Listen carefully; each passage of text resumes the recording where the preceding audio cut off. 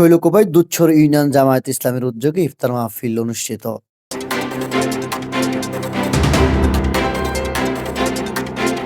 বিএমটিভি সত্য সন্ধানে অবিচল।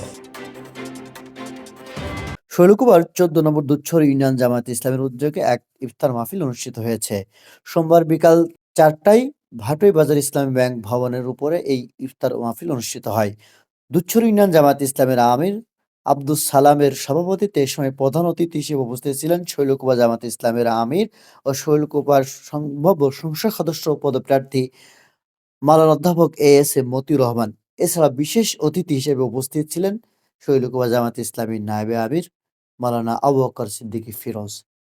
ইফতার মাহফিলটি পরিচালনা করেন জামায়াত ইসলামীর দুধছর ইউনিয়ন সেক্রেটারি হযরত আলী। এ সময় অন্যান্য নেতৃবৃন্দ বক্তব্য দেন। বিভিন্ন ওয়ার্ড থেকে প্রচুর নেতাকর্মী ইফতারিতে অংশগ্রহণ করেন।